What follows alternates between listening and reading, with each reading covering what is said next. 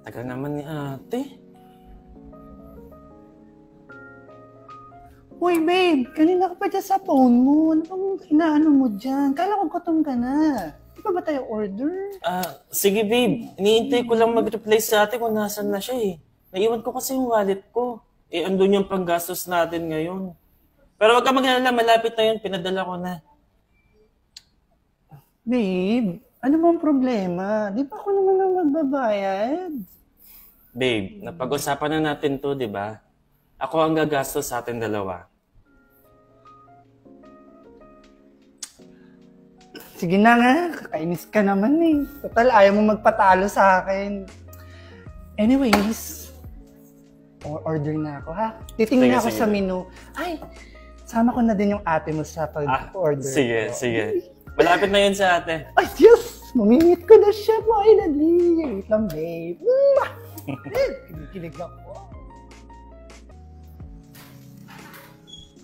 Hindi na yata signal ko. Wala akong nare-receive ng message. Ate! Dito! Uy! Taka ha? Kailan pa nagsimula na maging makakalimutin ka? Buti na lang wala akong pasok ngayon. Sorry na ate. Lilibre na lang kita. Anong gusto mo?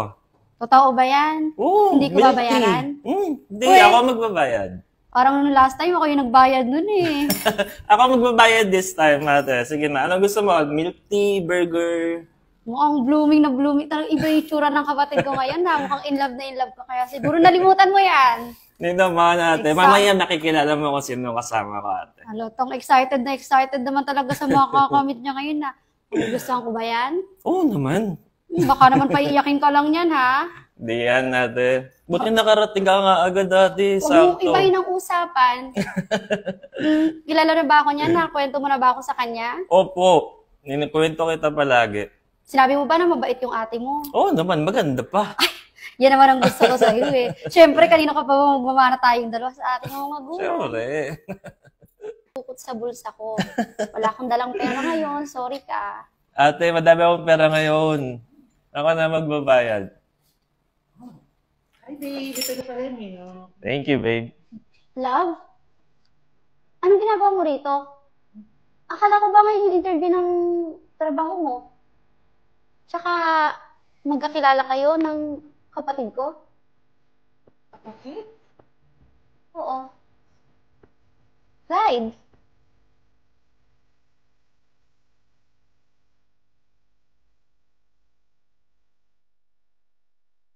Kumusta, love? Nagustuhan mo ba yung regalo ko sa'yo? Oo naman. Bakit parang hindi ka naman masaya? Buksan mo yung wallet, love. Ha? Bakit? Anong meron? Basta, buksan mo na dali.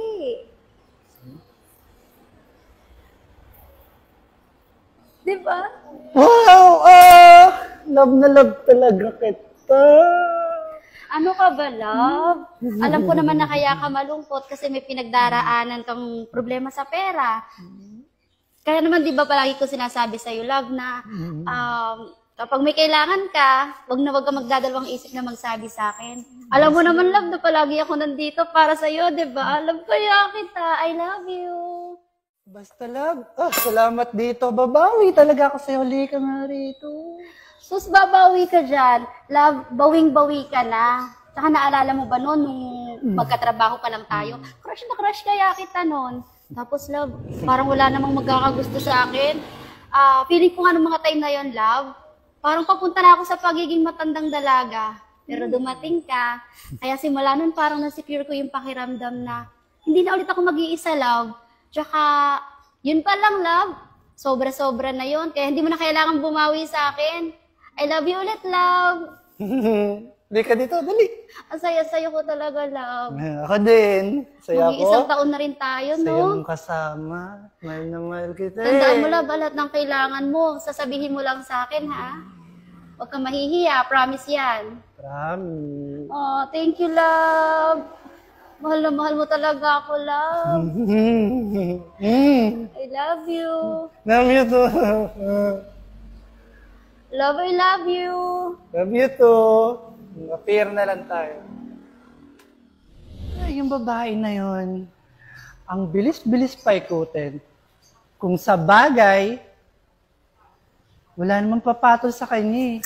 Mukha kasi siyang napaglipasan na ng panahon. At saka, wala akong mautot sa kanya. Hindi ko siya papatulan. Kailangan ko lang ng pastos-tos para sa boyfriend ko. Hindi ko papatulan yun. Mapagkamalan pa kami magnanay. Hoy, lang to.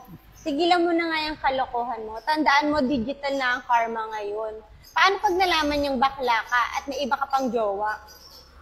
Alam mo, walang makakaalam kung walang mag-i-explore, kaya quiet ka lang, okay? Alam mo, Rod, oo, kaibigan kita, pero hindi ko para i-tolerate yung ganyang kalokohan mo. Pag dumating yung panahon na nakarma ka, sana hindi mo makalimutan hindi ako nagkulang sa pagpaalala sa'yo. Huy, saan ka pupunta? Kita sasama sa outing namin ng boyfriend ko. Kasi na kaya ito pang Siargao? Or Bora? Palawan na lang. Rod, sabi mong mali ang naiisip ko. Teka, bunso. Siya yung boyfriend ko. Hindi ko naman alam na magkakilala kayong dalawa. Boyfriend, ate? Ate, ako ang boyfriend ni Rod. Rod! Sige, Rod. Bigyan kita ng pagkakataon na magpaliwanag. Kahit ako naguguluhan. Magkapatid kayo? Rod, magkapatid man kami o hindi, hindi mo kailangan mag-two time. Walang pa ba ako sa'yo? Sorry, babe. Nagawa ko lang naman to kasi ayokong iwan mo ko. Rod, isang beses na natin ito na pag-usapan eh. Di mo ko kailangan bigyan ng regalo, di mo ko kailangan gastusan. Kasi totoo yung nararamdaman ko sa'yo. Rod, bakit mo nagawa to? Kaya pala may mga gamit si Clyde na parang familiar sa akin. Rod! Huwag mo sabihin na yung mga niririgalo ko sa'yo, binibigay mo rin sa kapatid ko. Ano to, Rod? Niloloko mo lang ba ako? Yung sa ating dalawa. Drama lang ba ito lahat? Ginamit mo lang ba rin yung nararamdaman ko? Para ututan ako ng pera? Tapos ako naman to si tanga. Asang-asa. Umasa ako, Rod. Umasa ako na isang araw luluhod ka sa harapan ko, aalupin mo ako ng kasal.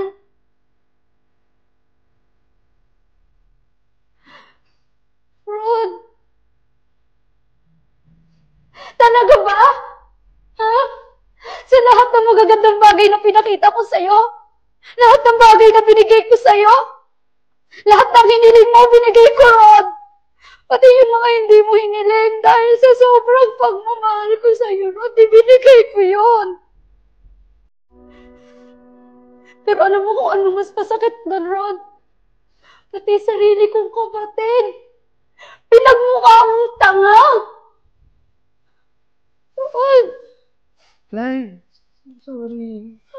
Kaya ko lang naman ito nagawa kasi mahal na mahal kita. Ayokong iwan mo ko dahil wala akong pera. Tama nga, Rod. Tama nga. Alam mo, bumawi ka sa sarili mo. Kasi nawalan ka ng respeto eh. Nagawa mong manloko. Nagawa mong mamera. Para lang mahalin ka. Isa lang naman akong hamak na baklang walang pera. Walang pang tustos. Ngayon walang trabaho. Kailangan ko itong gawin. Dahil ayokong iwan mo ko at dumating yung ate mo, si Dana. Tinulungan niya akong pinansyal. Hindi ko lang naabot tayo sa ganito. Ay, sorry. Hindi, Rod. Tama na to. Itigil na natin to. Tama na, Rod. Bitawan mo kapatid ko, Rod. Malaki na yung nakuha mo sa akin. Pero alam mo kung ano? Mas malaki mawawala sa'yo, Rod. Tsaka, yung utang mo sa akin, na umabot ng 30,000, sa'yo na yun. Dahil alam ko naman na mas kailangan mo yun. Pero dahil sa ginawa mo sa aming magkapatid, Eto lang ang tandaan mo, Rod. Wag na wag ka na magpapakita sa amin! Wag! Halika na, ate. Rod, Kakasalan tayo ng panahon dito. sana masaya ka na sa ginawa mo, Rod.